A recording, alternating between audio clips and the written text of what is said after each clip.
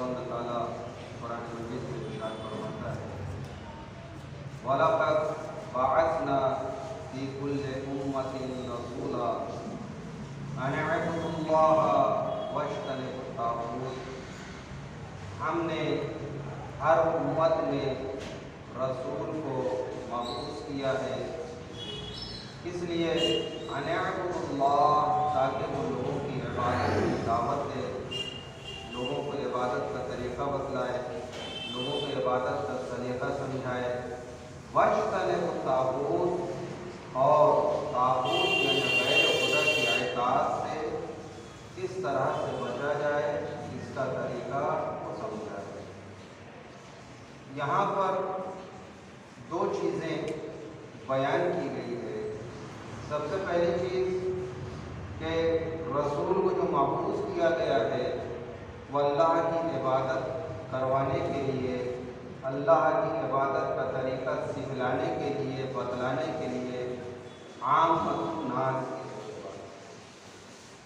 اور دوسری چیز واجتنبوا الطاغوت، اور طاغوت یعنی غیر خدا کی اطاعت سے بچنے کے لیے۔ یاد رکھیے یہ عبادت کہ جو انسان اللہ اور اس طاقت کے ذریعے عبادت کرتا ہے، یعنی ہر شخص فطری طور پر کسی نہ کسی شے کا متقی ہوتا ہے، کسی نہ کسی شے کی یعنی وہ چاہتا ہے کہ میں کسی نہ کسی کی عبادت کروں۔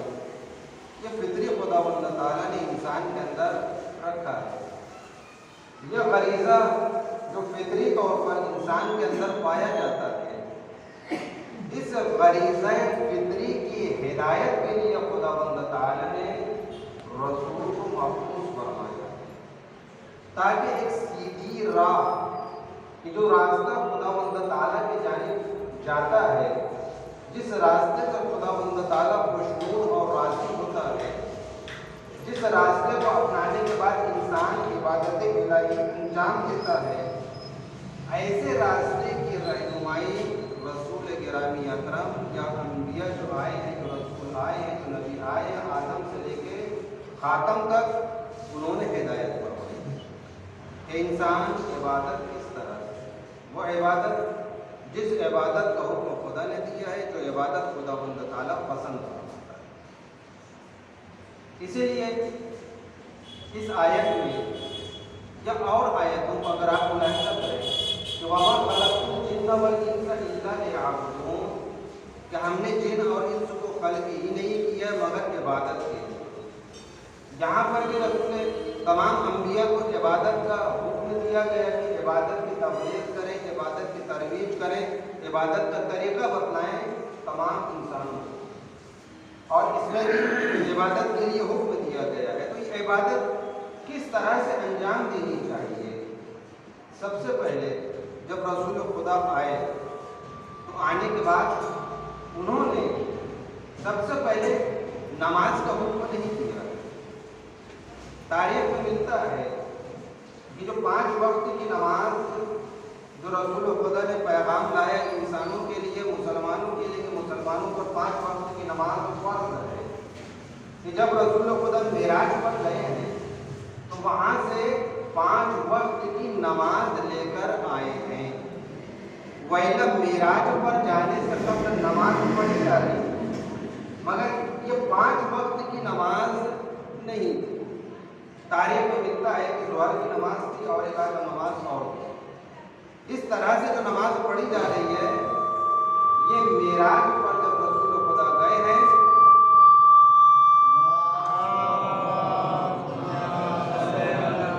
وہاں پر جانے کے بعد رسول خدا معراج پر جب پہنچے ہیں تو وہاں پر خداوند تعالیٰ نے انسانوں کے لیے 5 وقت کی نماز معین فرمائی۔ یہ ہدایت کا سلسلہ عبادت کے اعتبار سے رسول خدا تشریف لائے، سب سے پہلی جو چیز رسول خدا نے پیش کی قولوا لا الہ الا اللہ تفلحوا، کہ لا الہ الا اللہ کہہ دو تو فلاح پا جاؤ گے۔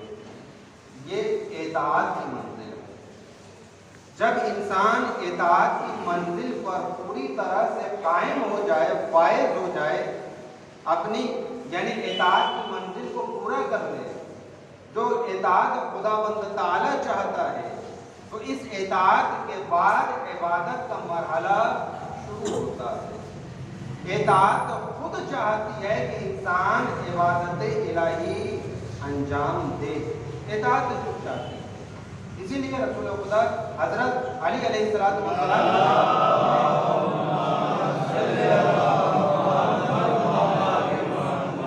کہ فَبَعَثَ اللَّهُ مُحَمَّدًا بِالْحَقِّ، اللہ تعالیٰ نے رسول خدا کو حق کے ساتھ مبعوث فرمایا، لِيُخْرِجَ عِبَادَهُ، تاکہ بندگان خدا کو نکالے رسول خدا کس مقام سے کس مقام تک، من عبادت الاوثان الی عبادت ہی، عبادت اوثان سے نکال کر، وہ جو غیر اللہ کی عبادت انسان اس وقت انجام دے رہا تھا، اس عبادت سے نکال کر معبود حقیقی کی عبادت کی جانب بڑھا سکے، تمام انسان کو اور تبلیغ کر کے تمام انسان کو حکم الہی پہنچا سکے۔ یہ عبادت الہی کی تبلیغ رسول خدا کی جانب سے کی گئی۔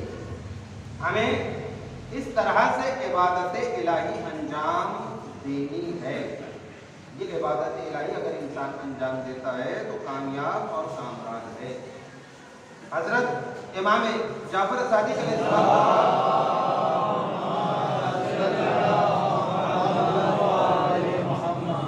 ارشاد فرماتے ہیں، ایک واقعہ نقل فرماتے ہیں کہ ایک عابد ہے، وہ جنگل میں عبادت انجام دیتا ہے، اللہ تعالیٰ نے اس کے رزق کے لیے ایک درخت اس کے پاس اگا دیا تھا، انار کا درخت، وہ برابر انار استعمال کرتا تھا اور عبادت الہی میں برابر مشغول رہتا تھا۔ فصل کے وقت انار درخت سے، اور جب فصل گزر چکنی ہوتی تھی تو وہی درخت کا انار وہ غار میں محفوظ کر لیتا تھا اور سال بھر اسی انار کو استعمال کرتا تھا، برابر عبادت الہی انجام دیتا۔ امام نے بیان فرمایا کہ جب وہ قیامت میں پہنچے گا تو قیامت میں خداوند تعالیٰ اسے کہے گا، فرشتوں سے کہے گا کہ اس کو جنت میں لے کر چلے جاؤ۔ فرشتے کہیں گے کہ اللہ تعالیٰ ابھی میزان پر اس کا اعمال اللہ باقی ہے۔ خداوند تعالیٰ فرشتوں سے کہے گا کہ ہم نے اپنی رحمت سے اسے جنت میں داخل کر دیا۔ امام فرماتے ہیں کہ جیسے عابد سنے گا کہ اللہ تعالیٰ نے رحمت سے اور اسے جنت میں داخل کیا ہے، عابد وہیں رک جائے گا۔ رکنے کے بعد خداوند تعالیٰ سے کہے گا کہ معبود، میں نے تیری عبادت پوری زندگی کی ہے، کیا تو میری اس عبادت والے عمل کے عوض میں مجھے جنت عنایت نہیں فرمائے گا؟ خداوند تعالیٰ کہے گا بہتر ہے تو فضل سے جنت حاصل کر لے۔ عابد کہے گا کہ میں چاہتا ہوں کہ میرے عمل کے عوض میں تو جنت عنایت فرما۔ خداوند تعالیٰ ارشاد فرماتے ہیں کہ تجھے میزان پر آنا پڑے گا، وہاں پر تیرے نامہ اعمال کھولے جائیں گے، اس کے بعد تجھے جنت یا جنت کے علاوہ جہنم میسر ہو۔ عابد کہتا ہے مجھے منظور ہے، بڑا مطمئن تھا، اس لیے کہ پوری زندگی عبادت الہی انجام دی اور اتنا مطمئن تھا کہ اللہ تعالیٰ کی جانب سے برابر رزق مل رہا تھا، رزق کے حصول اور اپنے عمل پر بڑا مطمئن تھا کہ اللہ تعالیٰ نے میرے عمل کو قبول فرمایا کیونکہ رزق برابر پہنچ رہا تھا۔ اب جب میزان پر اس کو لے کر آتے ہیں تو فرشتے عادل حقیقی کی حکومت، اس میں عدل کے اعتبار سے فرشتے عمل انجام دے رہے ہیں اور عدل کے اعتبار سے میزان ترازو لگا ہوا۔ حکم پروردگار ہوتا ہے کہ اس عابد کی پوری عبادتوں کو ایک پلے میں رکھ دیا جائے۔ فرشتے اس عابد کی عبادتوں کو پورا ایک پلے میں رکھ دیں اور پھر اس کے بعد اللہ کا حکم ہوتا ہے۔ ہم نے اسے بہت ساری نعمتیں عنایت فرمائی ہیں، ہم چاہتے ہیں کہ ان تمام نعمتوں میں صرف ایک نعمت جو ایک انار کا دانہ ہے، ایک انار جو پھل ہے اسے صرف ایک پھل ایک پلے میں رکھ دیا جائے. فرشتوں نے وہ جو استعمال کیا تھا وہ نعمتوں میں سے ایک انار کا پھل ایک پلے میں جیسے ہی رکھا، اس کا اعمال کا پلہ اڑ گیا، انار کا پلہ چھوٹ گیا. ایک مرتبہ عابد ہاتھوں کو جوڑ کر پروردگار کی بارگاہ میں کہتا ہے کہ خداوند تعالیٰ مجھے جنت اپنے اعمال کے عوض میں نہیں بلکہ تیرے فضل کے عوض میں چاہیے.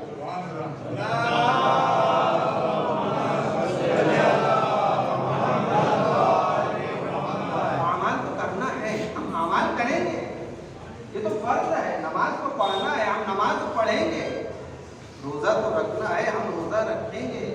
اللہ تعالیٰ نے ہمیں سرفراز فرمایا ہے دولت سے، زکوٰۃ و خمس حج کو ادا کریں گے، اس میں ذوی الارحام کا جو ہے وہ حق ہم ادا کریں گے. ان تمام چیزوں کے ساتھ ہم اللہ کی بارگاہ میں یہ دعا کریں گے خداوند تعالیٰ اپنے فضل اور کرم سے ہمیں تو محروم نہ کرنا. بہت بڑی چیز ہے. اعمال پر مطمئن ہونا شاید بہت بڑی حماقت ہو جائے گی. اس لیے کہ ہارون رشید ایک شخص سے بیٹھا تھا، اس کے پاس پڑھا لکھا شخص تھا، عالم. ہارون نے کہا کہ میں چاہتا ہوں کہ آپ مجھے کچھ نصیحت کریں.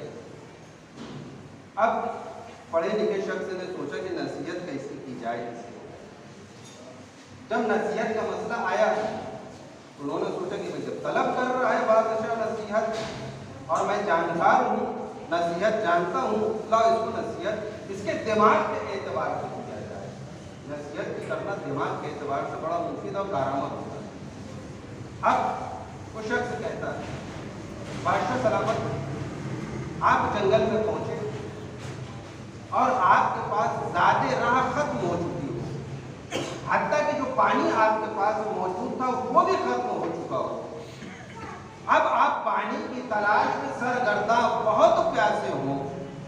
اتفاق سے کچھ دور پر ایک گلاس پانی کسی شخص کے پاس موجود، آپ وہاں تک پہنچے اور چاہتے ہیں کہ وہ آپ کو سیراب کر دے اس ایک گلاس پانی سے. آپ نے پانی طلب کیا. پانی والے شخص نے کہا کہ بھائی اس کا مجھے عوض چاہیے، قیمت چاہیے. اگر وہ آپ سے قیمت طلب کرے تو بادشاہ سلامت آپ کتنی قیمت دے سکتے ہو؟ کہتا ہے ہارون کہ زیادہ سے زیادہ آدھی سلطنت کو اسے میں دے دوں گا اور وہ پانی بتا دے. ٹھیک ہے بادشاہ سلامت، ایک گلاس پانی کی قیمت آپ نے آدھی سلطنت لگا دی ہے. آپ نے پانی پی لیا. میکینزم آپ ملاحظہ کیجیے، انسانی میکینزم ہوتا کیا ہے. جب پیاس لگتی ہے تو انسان پانی پیتا ہے. تو بادشاہ سلامت آپ نے وہ پانی پی لیا، پانی آپ کے پیٹ میں چلا گیا. جب پانی پیٹ میں چلا گیا تو خداوند تعالیٰ نے میکینزم بنایا ہے کہ اب وہ پانی خارج نہیں ہوگا. پانی جسم میں جانے کے بعد اپنا پورا ورک کرنے کے بعد اب اس کا خارج ہونا بھی ضروری ہے.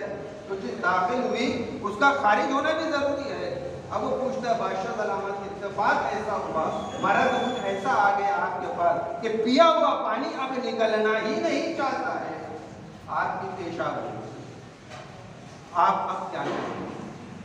اگر کوئی حکیم اس کے علاج کے لیے آپ کے پاس آتا ہے اور کہتا ہے کہ میں علاج ضرور کروں گا لیکن آپ سے میں قیمت لوں گا، تو آپ اس وقت کتنی قیمت لیں گے؟